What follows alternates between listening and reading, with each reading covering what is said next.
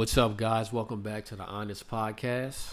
And the AI girlfriend is here. We are finally here. The AI girlfriend is here. She has arrived. And women are upset. We're going to be taking a look at a CNN video, which I basically think is a hit piece on men, describing AI girlfriends. They look like women. They talk like women. You can tell them what you like, what you don't like. You're basically building a virtual girlfriend to suit your likes, your necessities. There's a movie in the 80s called Weird Science. It had Anthony Michael Hall was in it. Bill Paxton was in it. And the beautiful and lovely Kelly LeBrock was in it. And man, she played the woman that they built. So for those of you who never seen Weird Science, number one, it's a classic. It's an 80s classic, and you need to see it. Every guy should see this movie. But there was two guys who are basically geeks.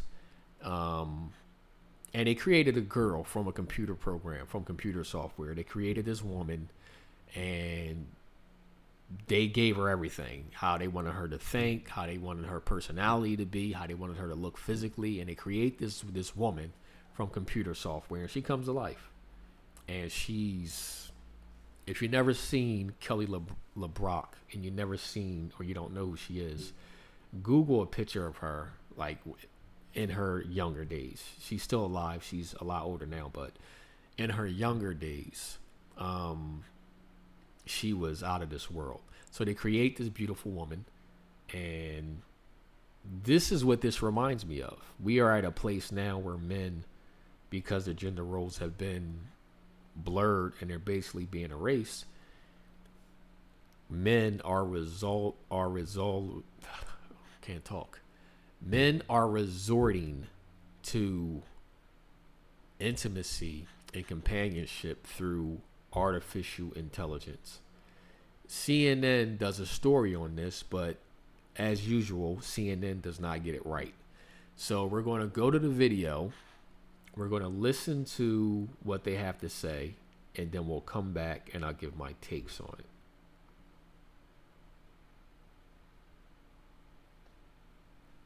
And actually, you know what? Let me preference this. There was a movie that came out with Joaquin Phoenix. It was called Her. I'm not going to show that part of the video because it's just it would kind of make it too long. I want to condense this down as much as possible. But there's a movie called Her with Joaquin Phoenix, and he's actually in a relationship with his AI girlfriend. So, and this movie came out 10 years ago. So they were already predicting the loneliness in this state of how dating and relationships was changing. You have this man who was basically a loner. He's very intelligent, but he's he's lonely. He's not, look at him. He's not the type of guy that women are throwing themselves at.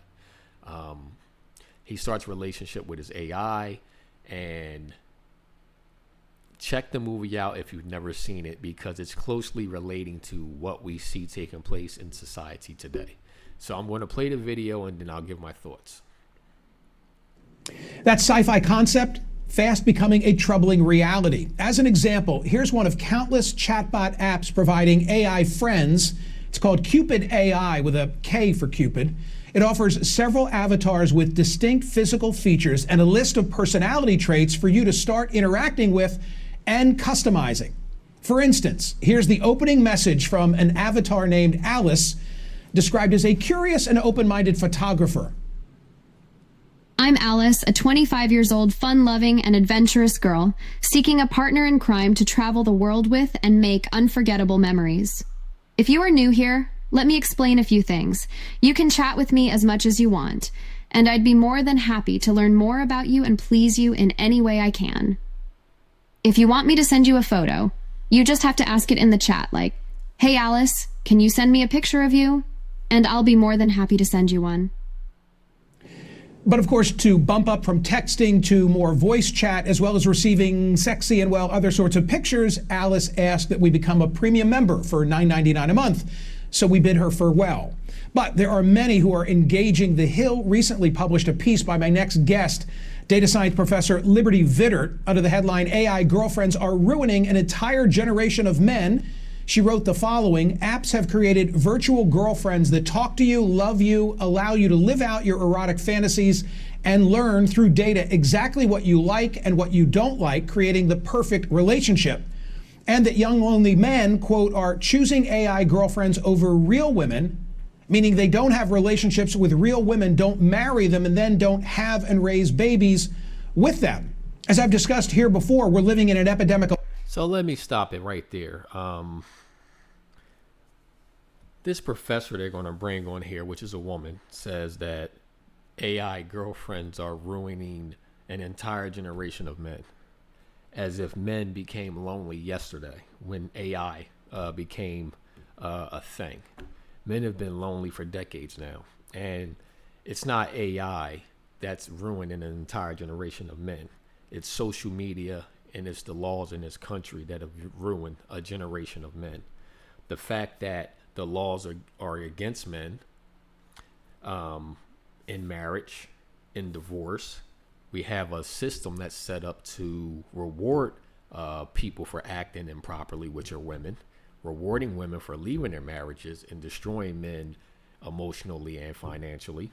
We have social media that have overinflated women's egos to the point where none of them are average anymore. I don't even know a woman that's average. I can literally not find one woman who will admit publicly that they are average. It don't matter what she looks like, how much she weighs, where she works, how much she makes. I don't know a woman, if I ask her, is she average, will admit to it. And as far as below average, forget it. I don't think there's a woman walking around that would admit that. So these are the things that are ruining and have ruined an entire generation of men. We have a lot of men out here who are just average. And average men should be able to get average women. But when women don't believe they're average, especially the ones that are average or the ones that are below average, there is nowhere for the average man to go, because men, unlike women, cannot have overinflated egos. We are not afforded that type of delusion and opportunity. We are forced to be responsible.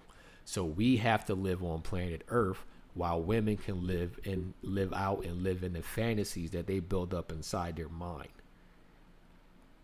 AI has nothing to do with an entire generation of men to be ruined. Men have been ruined by social media, online dating, and the laws in this country. And then coming in later on is the blending and the disappearing of gender roles and the attack on masculinity. See, the professor doesn't touch on any of these topics. She's using AI to be the scapegoat. She's not using the laws. She's not using social media. She's not using women's overinflated egos. She's not using women no longer being feminine. She's not pointing to any of these issues, but instead she's blaming AI. AI is relatively a new technology. Men have been suffering in relationships, and especially marriages, for decades now.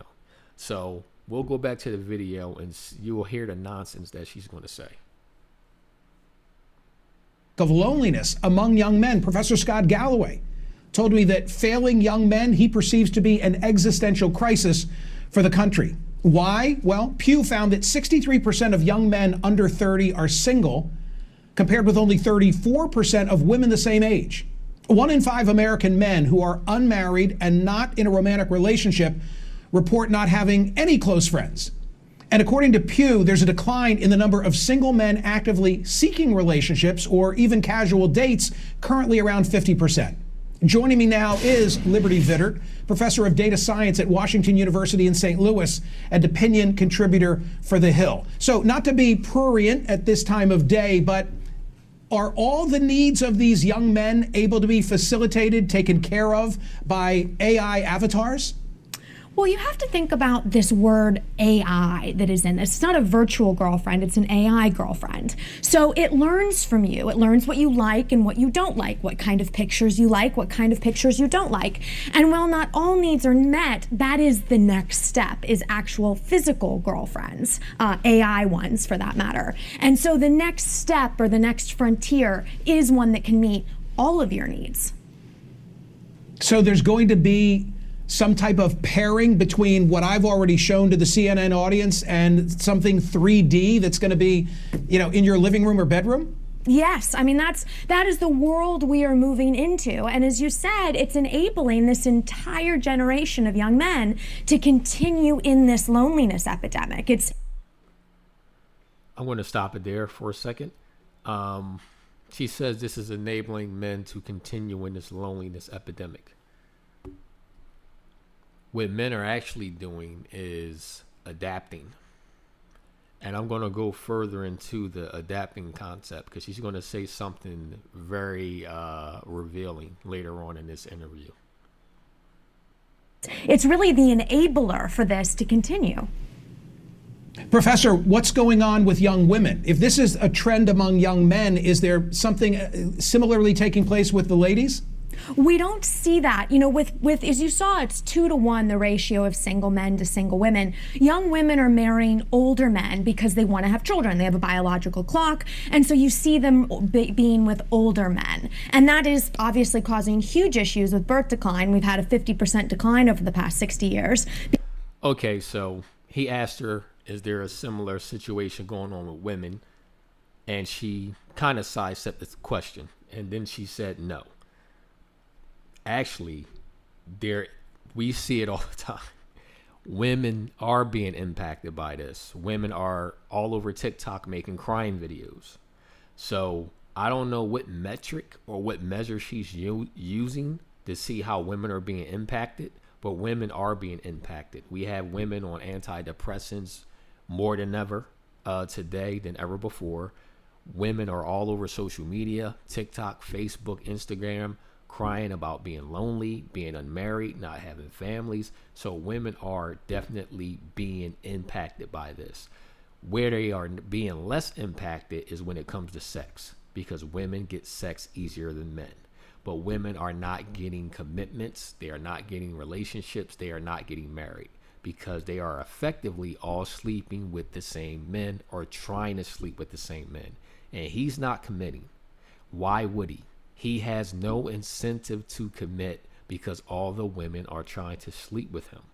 It wouldn't make sense for him to commit. It just wouldn't. Whenever you give a man or a woman, human beings, a extravagant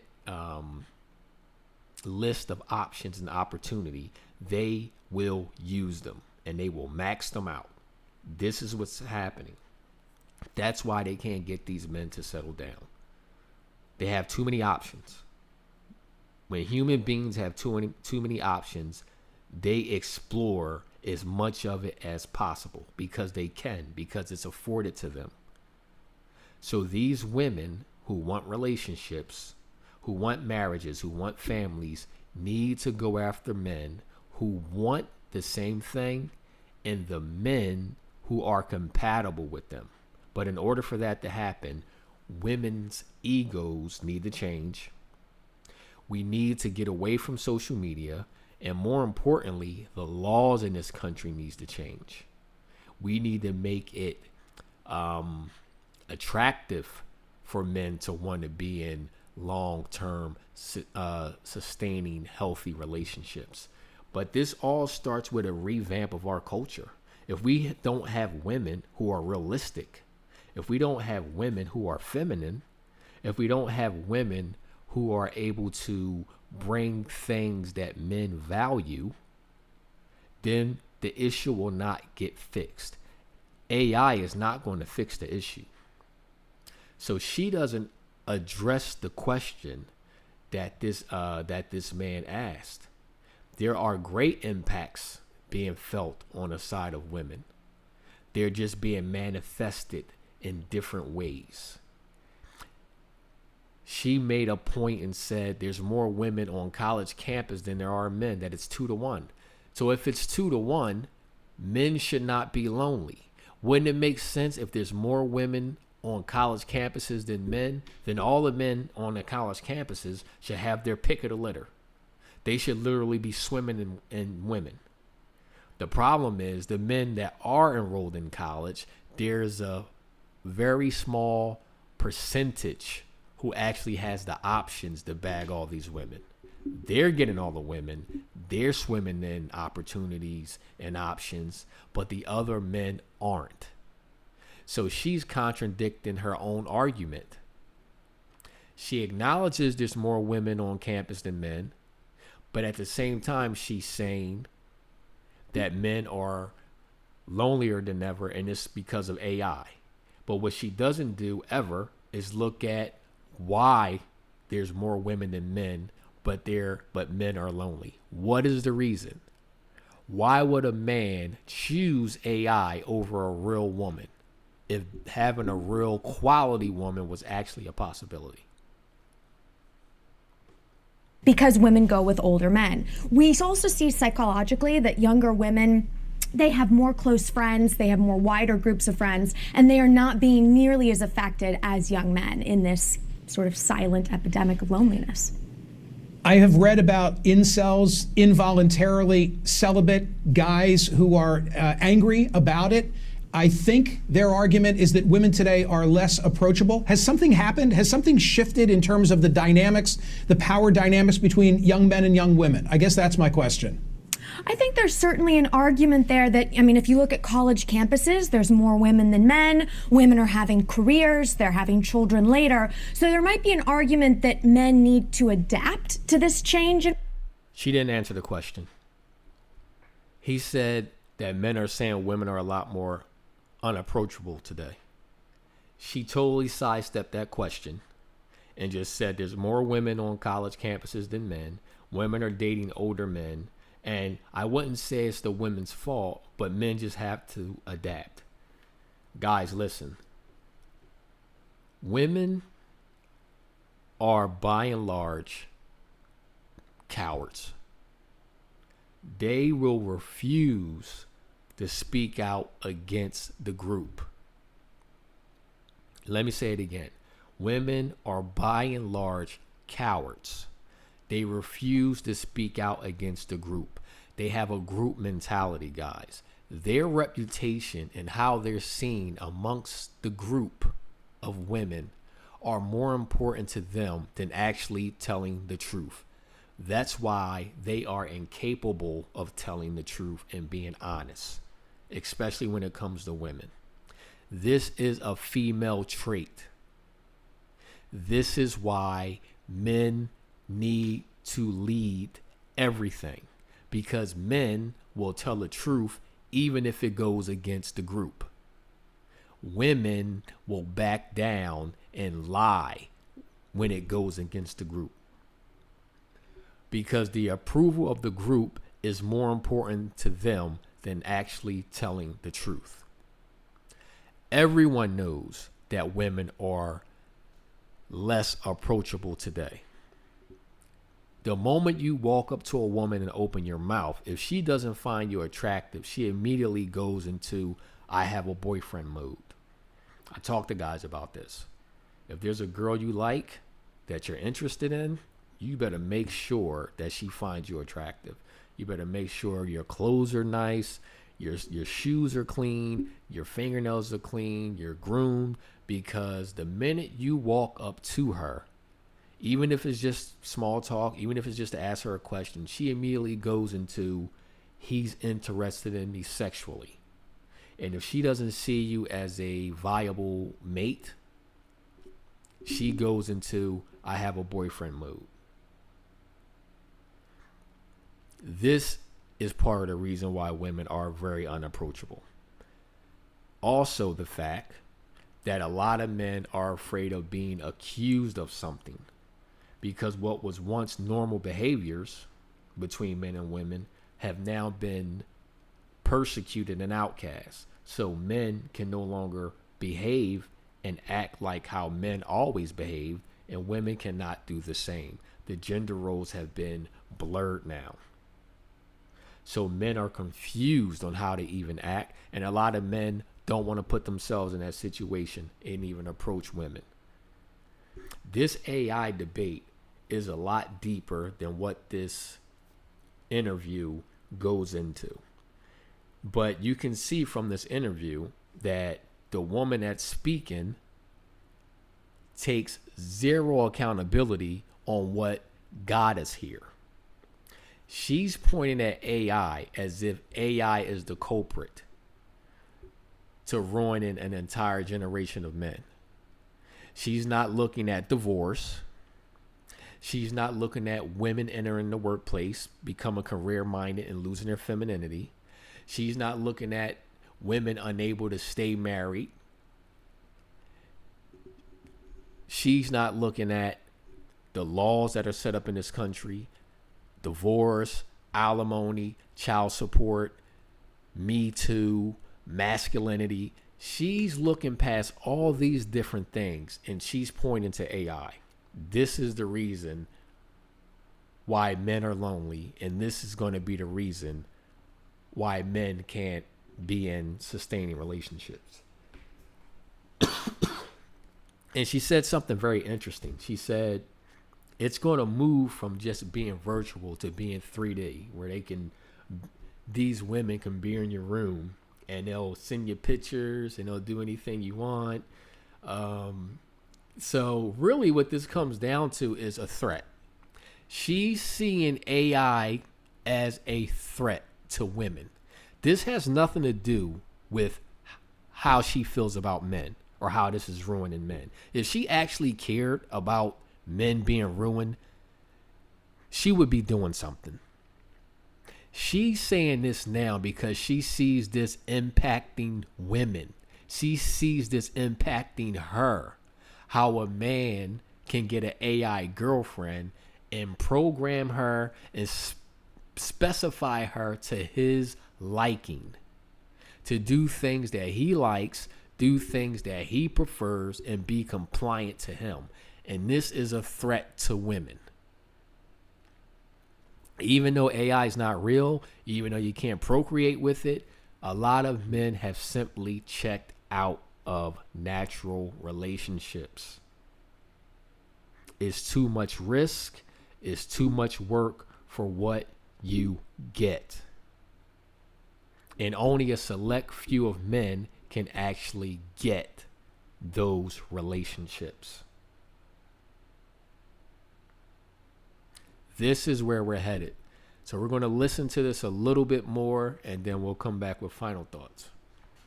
In women, but calling it women's fault, I don't think is probably the right way to go. Right there. Calling it women's fault is probably not the right way to go. So we're going to stop it here. So this encapsulates everything I said. The inability to actually criticize women. She didn't criticize women one time in this entire interview. What she did is she criticized the AI creators. She criticized the men for preferring AI over actually real natural relationships. She hasn't said one thing in this video against the women. Now I'm gonna stop it here because after that comment she leaves and then a guy comes on and he's a simp and he starts talking about how men, due to loneliness, are susceptible to conspiracy theories.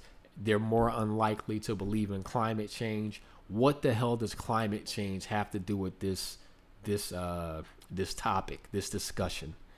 This is definitely a Democratic network. For those of you that follow politics and stuff like that, I'm not political at all. I talk about both sides because both sides deserve to be talked about because they're both contributors to the problem that we see now. These laws that's been in place that have disenfranchised men through marriage, alimony, child support, all these different things, and how the law is so lopsided against men, especially masculine men.